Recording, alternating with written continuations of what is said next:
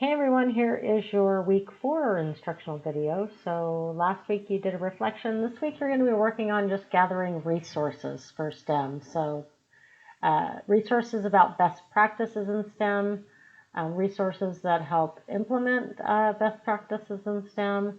So this is called the resource portfolio.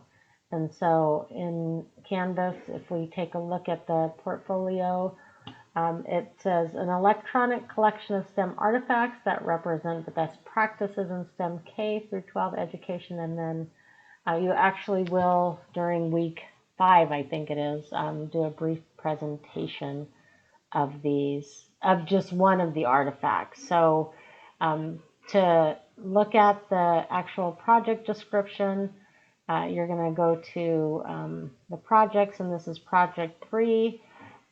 There's a video description of this is the video description of the project. And so let me pull this down so you can see it on this screen. So your task is going to be to create an electronic portfolio that includes resources that demonstrate or instruct in STEM best practices. These resources must be from multiple professional sources and in a variety of media. So it should include sources such as TED Talks, professional journal articles, websites, videos, lesson plans, curriculum, podcasts, apps, agency resources, games, etc. So you're going to use Google Drive to put together your resource portfolio.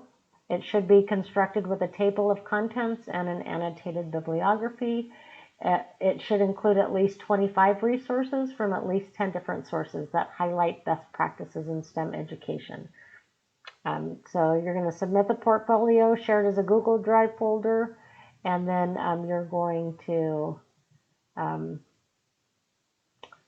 that's how I will check the folder to access the grade. So you won't need to upload anything in Canvas for this project. Just put in our Google Drive the actual portfolio. And so I will show you on our Google Drive. There is a folder here for the STEM resource folder is where you will put that.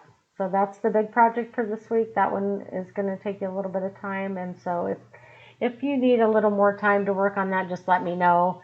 I just tried to give you plenty of time to work on your STEM unit. So those projects can be extended out a little bit if you need extra time. But I wouldn't push it too long because it's going to be important for you to have the time to create your STEM unit.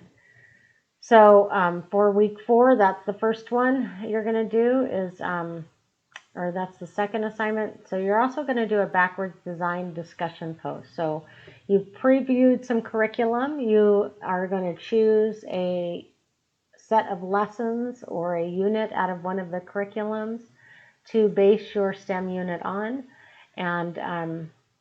And then you're going to start thinking about filling out that backwards design template. So in our Google Drive, also you'll see there's a backwards design draft. So you're going to be working on this draft. It's not due this week, but you're going to start thinking about this. So you've all had experience with the backwards design template.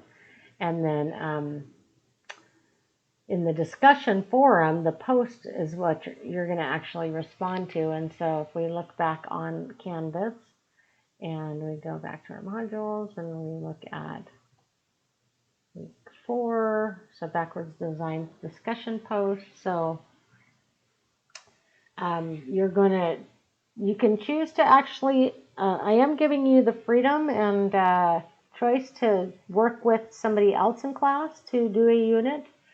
You can definitely do it on your own, but you're going to start with your STEM curriculum, create 3 to 5 lesson unit that integrates math, science, engineering, and technology.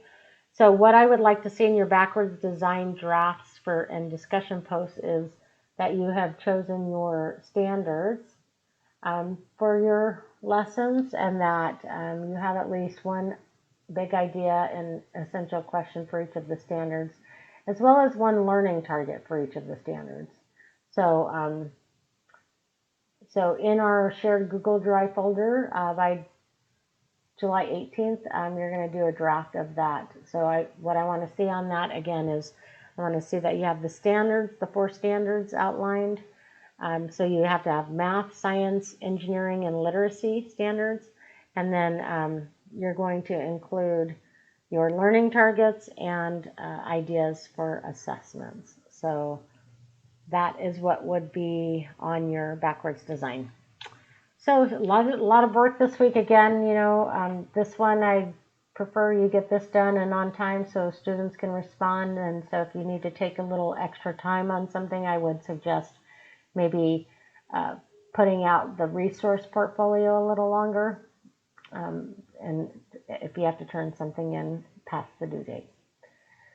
So good luck with that work, and I look forward to seeing both your resources and your STEM ideas.